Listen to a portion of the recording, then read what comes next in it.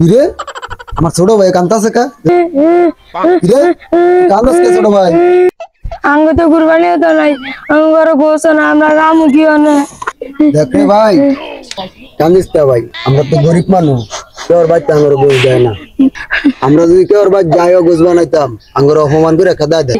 আঙ্গর একটা মুরগি আছে, এই মুরগিটা কুরবানি দিলাম মনে।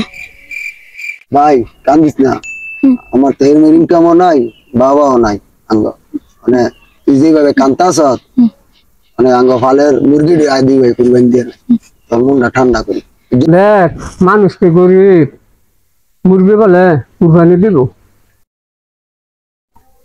কিরে করতে আইছ? কি হয়েছে? তোমার ভাই বস্তার লাগে চিৎকার করতেছে, শুনছি মুরগি বলে কুরবানি দিব। কি মুরগি কুরবানি দিব আমার ভাই গোস্তের লেগে? আমি মাইক হইলো তাই না আমার ভাইয়ের গোস্ত খাওয়ামু, আমি যাইতেছি। আয় ভাই তুই যখন গোস খাবি কান্তাস, আয় মুরগি ডই কুরবানি করলাম। ও আজকে গোছ খাবো। ধর ভাই মুরগিটা সুন্দর করে ধর দেবো করি কুরবানি। এই কেরতাছেন এই মিয়া কেরতাছেন আর মিয়া কেরতাছেন আরে মিয়া কি করতেছেন এটা? ভাই কি করমু, ছোট ভাই গোস চাল্লা সলতে কান্তাছে, দেওয়ার ভাই বানাইতে গেলে হমান করে কাঁদা দেয়। আমরা গরিব মানুষ কি করার, এই দিন মুরগি কুরবানি দিয়া ছোট ভাইয়ের। আপনি গোস খানা ভালো কথা, গোস খাইতে পারেন না তো আলাকি আপনি দুই ঠ্যাঙ্গলা প্রাণী কুরবানি দিবেন? আজকে ঈদের দিনে কি দুই ঠ্যাঙ্গলা প্রাণী কুরবানি দেয়? এটা তো হারাম, এটা তো জায়েজ নাই গিয়া। ভাই আপনি ঠিকই কইছেন ভাই, আমরা একের আঙ্গরে ভাবের তো বাঁচাইছেন ভাই, এটা আসলে আঙ্গ ভাব হইতেছে। আজকে ঈদের দিন ছোট ভাই গোস্তের লাগে কান্তাছে দেখা আমরা এই ভাবটা করতাম, মুরগিটা জব দিতাম। দেই আমার শুধু গানতে আছে গোস্তের লেয়া, আজ মানুষের বাড়ি দিয়ে দেই গোস খাওয়া যায়নি, বাইরে তো বাইক হইলো গোস খাওয়া।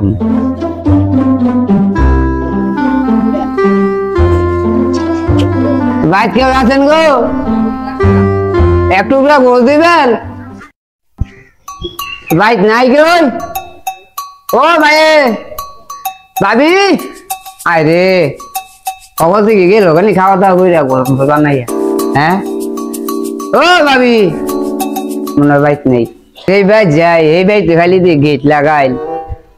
আমার বাইরে গিয়ে আজ একটু গোসল খাওয়াইতে পারতাম না ঈদের দিন, যাই গা আমার বাইরে আজ ঈদের দিন একটু গোসল খাওয়াইতে পারতাম না। ঈদের ঈদের দেখা যায় বসতে লাই ভালো হয়েছে, একটা বস্তার টুকরো দেওয়া যায় না পাওয়া যাচ্ছে, আমার বাইরে খাওয়াইতাম, আমার মনের আশাটা পূর্ণ হয়েছে, বাইরে শান্তি করতাম। যাক আমার বাইরে আজ লাইন দেখা হইতাম, আমি রেলি কইলু আমার বাইরে বেলা বসতে অনেক শিক্ষা কথা করছে, আমরা হতে মিলাই দিলে কামনে। দেখ আজকে দিন ঈদের দিন খুব ঠান্ডা, ভালোই লাগতেছে, বাতাস খাইতেছি, খুব ভালোই লাগতেছে। মেম্বার সাহেব আপনি কি কিছু শুনছেন? কি শুনতা? কি আপনি কি কিছু শুনেন নাই? এই মিয়া কি শুনবো না কইলে? কি আপনি কি কিছু শুনেন নাই? আজকে আমার ঈদের দিন মুরগি কুরবানি দিতেছে। হ্যাঁ মুরগি কুরবানি দিব এই আমার এলাকার ভিতরে ইয়া করে? আমি জানি এদিকে তো মেম্বার সাহেব আমার ডাক দিছেন? হ্যাঁ কইছে আজকে ঈদের দিন, আমানে কি আর মুরগি কুরবানি যায়? আমার কি মান সম্মান নাই এই এলাকার ভিতরে? আরে এ মেম্বার সাহেব আমি এত বলছি, আগে দুই বাইরে খবর দেওয়া লয় তো। মেম্বার সাহেব ঠিক আছে আমি ঘরে ডাক দিয়ে লইতেছি। মেম্বার দিমন একলা বই রইছে।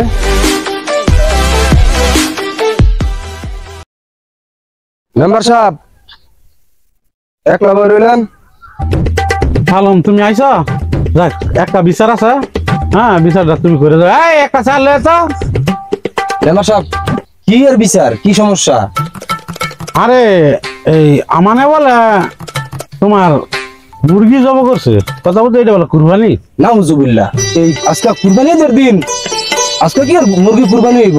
আমি তো এটাই কইতাছি, সাহসটা হয়েছে আমার কি মান সম্মান নাই এলাকার ভিতরে? আরে আমরা কই খবর পাঠাইছেন? হ্যাঁ বইটাই তো তোমার, এই জন্যই তোমার ডাকছি, ভালো হয়েছে।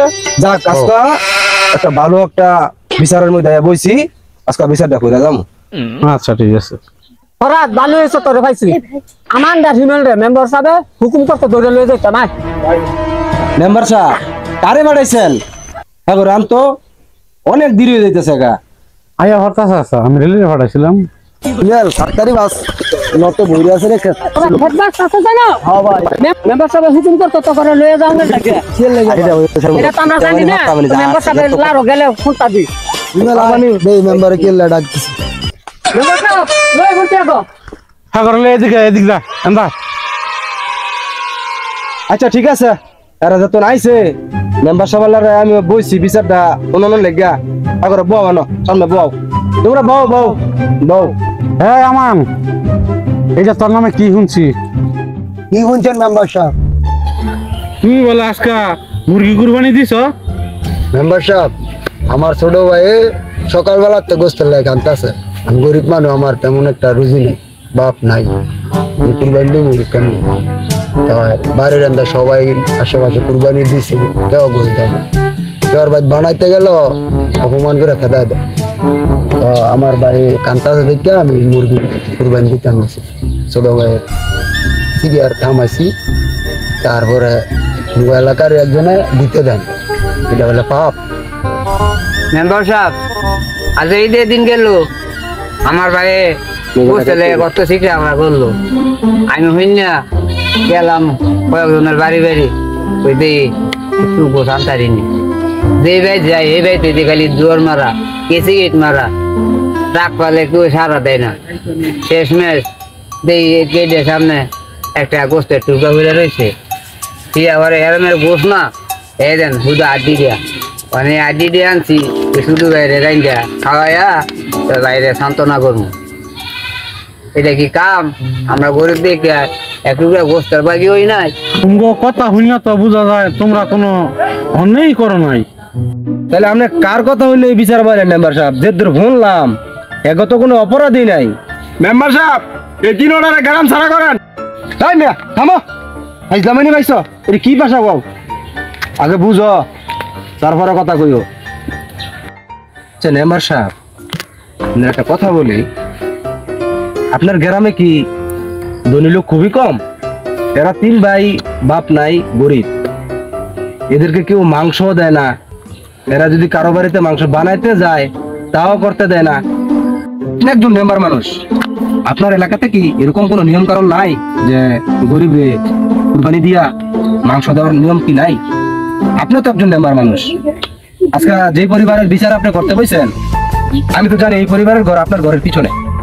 তাহলে আপনি যে শুনলাম 3 গরু কুরবানি দিচ্ছেন 6 লক্ষ টাকা দিয়ে কিনা, তাহলে আপনি কি এদেরকে মাংস দেন নাই? এটা তো ঠিক না। কুরবানি কিসের জন্য দিলেন? কুরবানি দিলেন আল্লাহর সন্তুষ্ট অর্জনের জন্য, আপনি নিজে খাওয়ার জন্য না তো। আপনার যে অর্থ সম্পদ আল্লাহ দিছে, এই অর্থ সম্পদের যাতে আরো রহমত বরকত দেয় আল্লাহ, তার কারণে আপনি এবারকা ঈদুল আজহার মধ্যে আপনার 6 লক্ষ টাকার গরু কিনা আল্লাহর রাস্তায় কুরবানি দিচ্ছেন আল্লাহর সন্তুষ্ট অর্জনের জন্য। আপনি তো দেখা যায় যে কুরবানি দিচ্ছেন আপনার এলাকার মধ্যে আপনার নিজের দেখাইয়া বড় হইলেন যে আপনার মেম্বার মানুষ 6 লক্ষ টাকা কুরবানি দিচ্ছেন। কুরবানি দেওয়ার নিয়ম হলো আপনি আগে গরিব কাঙ্গালে দিয়া তাদেরকে খুশি করতে দিব। তারা যদি খুশি হইয়া আল্লাহর কাছে দোয়া করে তাহলে আল্লাহ নিজেও খুশি, আর আপনার ব্যবসা বাণিজ্যের মধ্যে আল্লাহ রহমত বরকত আরো বাড়াই দিব। এটা আপনি জানেন না?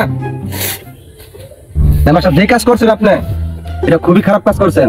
আজকে যদি আমি আপনার না দেখা এই জায়গায় দেখা যদি না আসতাম তাহলে আমি বুঝতে পারতাম না যে আপনি আপনার ঘরের পিছের মানুষে এত কষ্ট করে, আর আপনার 6 লক্ষ টাকা দিয়ে কুরবানি দিয়া fridge, deep fridge, normal fridge বইরা চলে যাবেন মাংস, মানুষের মাংস দেন না।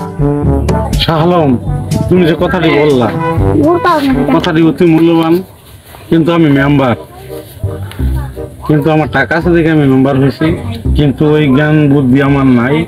তো এই জন্য আমি তোমার মাঝে মাঝে ডাকি, তোমার কাছে জ্ঞান নেই। তো আমার এই জ্ঞানটা আমার ছিল না। আমি 6 লক্ষ টাকা কুরবানি দিচ্ছি ঠিক, কিন্তু আমি জানি না, আমি আত্মীয় স্বজনটা দিছি কিন্তু গরিব কাঙ্গালের দিনে। কিন্তু আমি না কোনো দিন আমি আর এইভাবে চলবো না, এইভাবে করবো না। হাদিস যেভাবে তুমি বলছো ঠিক সেইভাবে আমি গরিব আমি আজকে যে আমার ডিপ ফ্রিজ হয়েছে এই ফ্রিজ ভাঙ্গিয়া আমি সব গরিব গাড়ারে কালকা সকালবেলা সব মাংস আমার বাড়ির পাশে যারা আছে সব গরিব মানুষের আমি বিলাই দিব। তুমি দেখো, কিন্তু আমি আমার চোখ তুমি খুলে দিছো ভাই। হ্যাঁ, আমি আর কখনো এরকম আসলে কুরবানি গরিব মানুষের কালকা থেকে আমি আমার সমাজ, হ্যাঁ, আমি সবাই বলে দিব ঠিক যে নিয়মে হাদিসে আছে ওই নিয়মে যাতে সবাই চলে, কারণ আল্লাহর সন্তুষ্ট লাভ করার জন্যই আমরা এই কুরবানি করি। তার কথা শুনে আমি অনেক খুশি হয়েছি। আপনাদের বুঝতে পারছেন এটা আমার কাছে অনেক কিছু। আল্লাহ আপনার আরো জ্ঞান দেখ, আরো বুদ্ধি দেখ, যাতে আপনি এইভাবেই আপনার এলাকার এই সমাজকে রক্ষা করতে পারেন। কারণ আপনি একজন মেম্বার মানুষ, আপনি যদি তাদের পাশে থাকেন একসময় তারা আপনার পাশে থাকবে, এটাই নিয়ম। তো আপনার কথা শুনে খুব খুশি হলাম, ভালো থাকবেন। খুদা হাফেজ।